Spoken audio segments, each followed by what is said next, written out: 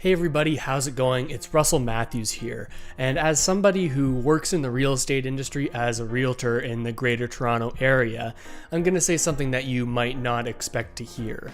And that's that the current market right now in Canada kind of sucks if you're a potential home buyer. Now, typically, if you asked a realtor or somebody who works in the real estate industry, right now they'd probably tell you that things are going great. We've seen record numbers of transactions happening month over month all throughout 2020.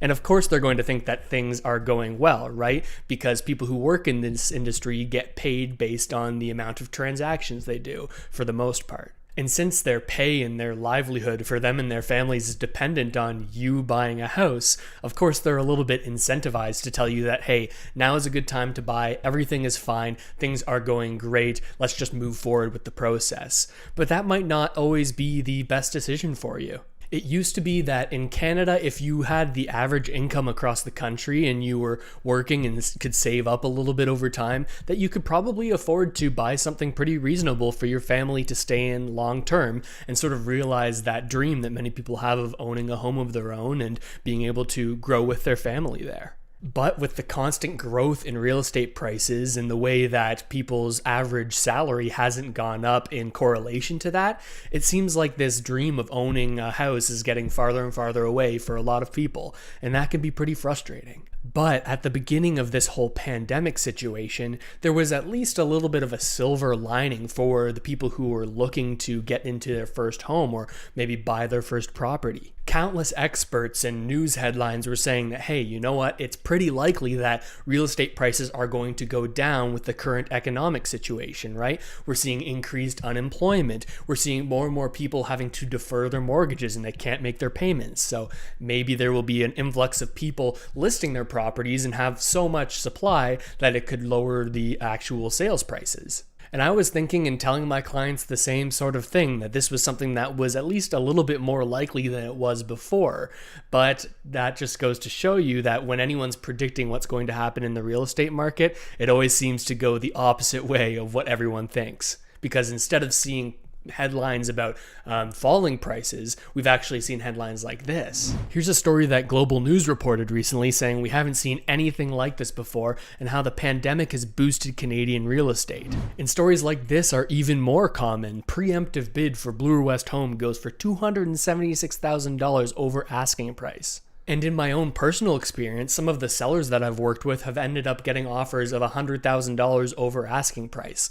And while that's great for the sellers, is that really the signs of a strong and healthy real estate market? So instead of seeing a market correction, what we've actually seen is Canadian real estate prices across the board, across all of Canada, on average, going up by 15%. Now, just for a frame of reference, if you have a $500,000 house last year, now you'd have to buy that for $575,000, just to give you an idea of what that actually looks like. So time and time again, over the past decade, we've seen it get more and more difficult for first-time home buyers to actually get into the market.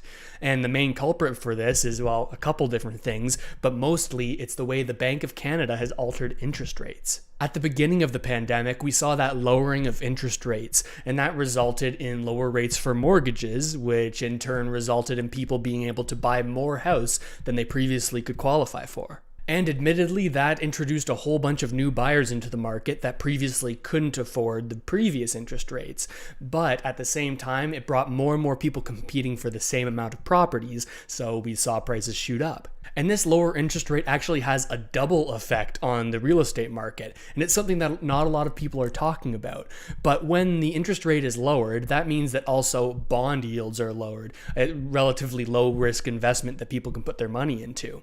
Now, when those interest rates are lower, people will make less money when they buy bonds and hold that as their investment.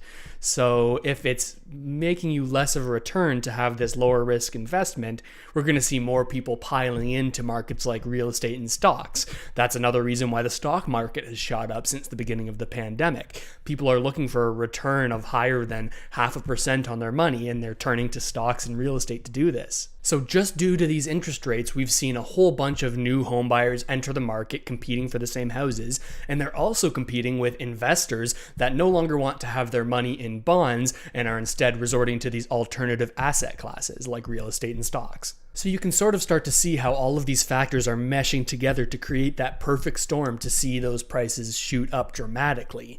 But you might be wondering, with all of the unemployment that we saw and the people struggling to make ends meet, wouldn't you expect to see that sort of like level the playing field a little bit, or at least flatten that growth out?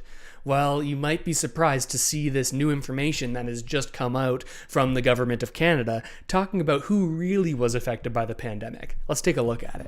So this is the data that we're talking about, and it was just released in the fall economic update that came out a couple of weeks ago from the federal government. And it talks about the share of workers laid off or with substantially reduced hours in April 2020 by weekly earning brackets. And it's really easy to understand. Basically what this graph is saying is that people who earned up to $296 per week, they were heavily impacted by layoffs and shutdowns, whereas people who earned more and more and more down this way, they were less impacted by these kinds of layoffs, and even less than 10% for some of the highest earners. So if you're somebody who's in this sort of area, in these first 4 or 5 columns, and you're making up to $296 per week all the way to around $800 per week, it might have felt like a lot of people were getting laid off and there was a lot of economic uncertainty, right? But these people who actually were making more money to begin with, they didn't feel that much of an impact. And this all confirms a theory that a lot of people talked about, right? It's that the highest income earners, or people who are at least doing pretty well for themselves, they weren't all that much impacted by this pandemic, whereas these people who are working in the lower income sort of areas, in those jobs, they were more heavily impacted, right? Working in service industries or in restaurants or perhaps in the entertainment field, right? We've seen huge layoffs there, but if you're somebody who works in management at a company and you're earning a lot of money, hey, you could just work from home and call in. And it probably comes as no surprise to you that there's a lot of inequality in Canada, and that's a topic to discuss another time.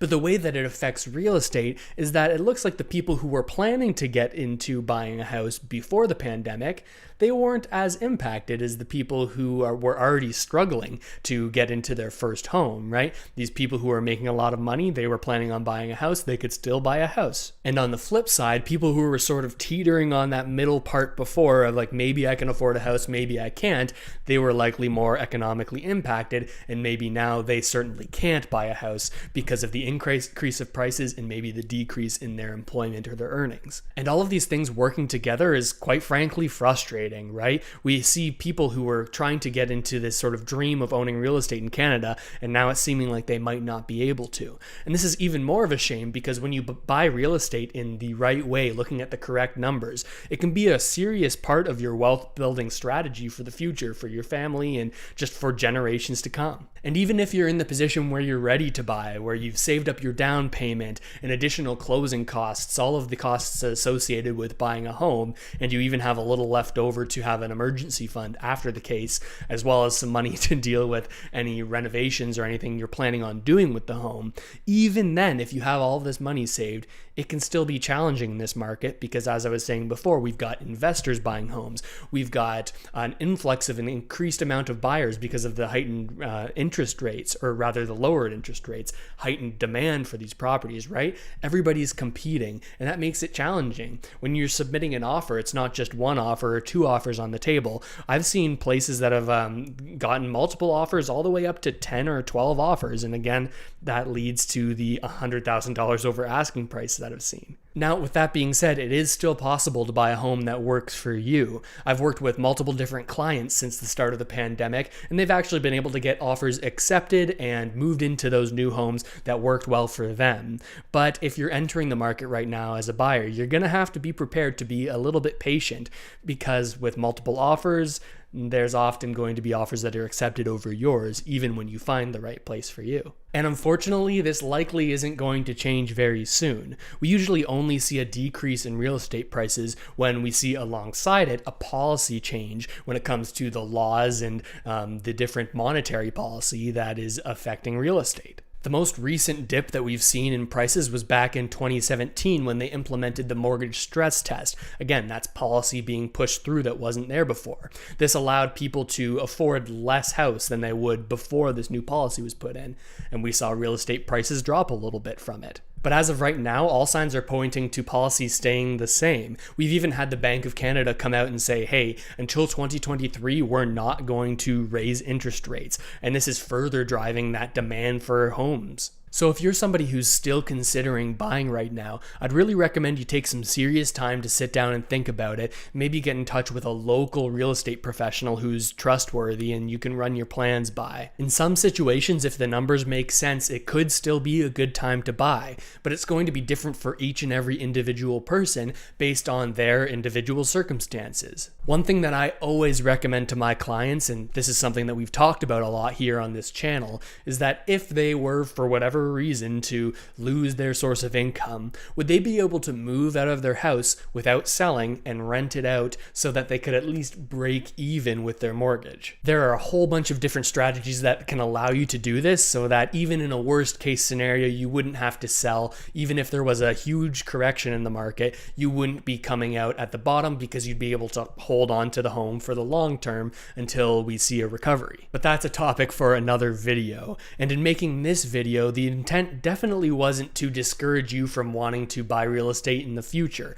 It's still possible if you take the proper steps and you work towards it in the right way. But I just really wanted an opportunity to talk about how frustrating it is to see so many people around my age who are trying to get into their first property really struggle to do so, and how that could impact them and their families for the future. Again, real estate is such a huge way that Canadians build their wealth, and it seems like a generation of people may not be able to get into it. But I really want to hear what you have to say about all of this. I read all of my comments and I try to get back to as many people as I possibly can, and I sort of use it as a way to keep a finger on the pulse of what people are thinking. So if you want your voice to be heard, drop a comment down there. And while you're down there, make sure to hit that like button and turn it blue, because when you do, it spreads this video to hundreds of people who might not have otherwise seen it if you didn't click that button. And of course, if you haven't already done so, make sure to hit that subscribe button and the notification bell. I'm coming out with updates just like this one, along with other tips and information and news that relate to Canadians and their money. So if you're interested in that sort of thing, make sure to hit all those buttons down there. And with all of that said, thank you so much for watching, everybody. I really hope this video has helped you out, or at least made you think a little bit, and I'll see you next time.